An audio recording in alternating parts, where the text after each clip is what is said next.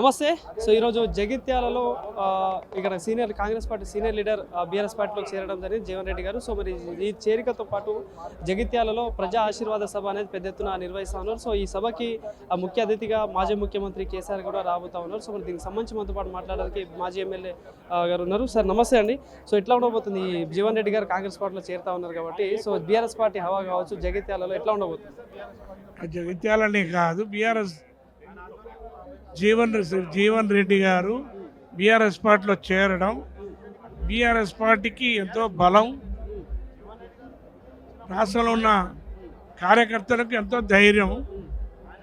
తద్వారా ఎంతోమంది సీనియర్ నాయకులు కాంగ్రెస్ పార్టీ చెందిన వాళ్ళు కూడా కాంగ్రెస్ పార్టీలో చేరుతున్నారు, రావడానికి ఆలోచిస్తున్నారు. సో ఈరోజు కేసీఆర్ గారు కూడా రాబోతా ఉన్నారు ఇక్కడికి.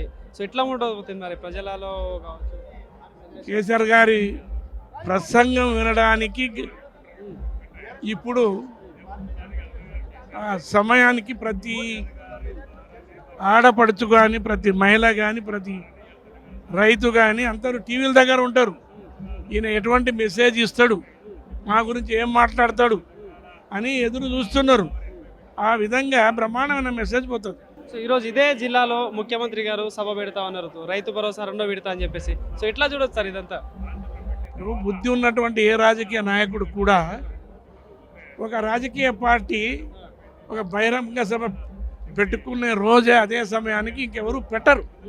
ఒక రాష్ట్ర ముఖ్యమంత్రిగా తను పెట్టడం ప్రజలు దీన్ని అసహించుకుంటారు. ఇదేం రాజకీయం అని నీకు ఉంటే నువ్వు రేపు పెట్టవలసి ఉండే, లేదా 4 రోజుల ముందు పెట్టవలసి ఉండే. దీన్ని ఎవరో హర్షించరు. దీన్ని బట్టి రేవంత్ రెడ్డి ఎంత భయపడుతుండో అర్థమవుతుంది. సో ఇక్కడ ఎమ్మెల్యే సంజీవ్ గారు ఎవరుతున్నారో, సో బీఆర్ఎస్ పార్టీ ఉనికి పోయింది, అసలు బీఆర్ఎస్ పార్టీ వచ్చే అధికారం అవకాశమే లేదా అంటా ఉన్నారు. బీఆర్ఎస్ పార్టీ ఉనికి అనేది ప్రజల్లో ఉంది, కానీ సంజయ్ ఉనికి మాత్రం జగిత్యాల లేకుండా పోతుంది. అంటే ఇది సభకి హరీష్ రావు దూరం అవుతా ఉన్నారని చెప్పేసి కొంత విధాలుగా మాట్లాడుతూ ఉన్నారు. తప్పు,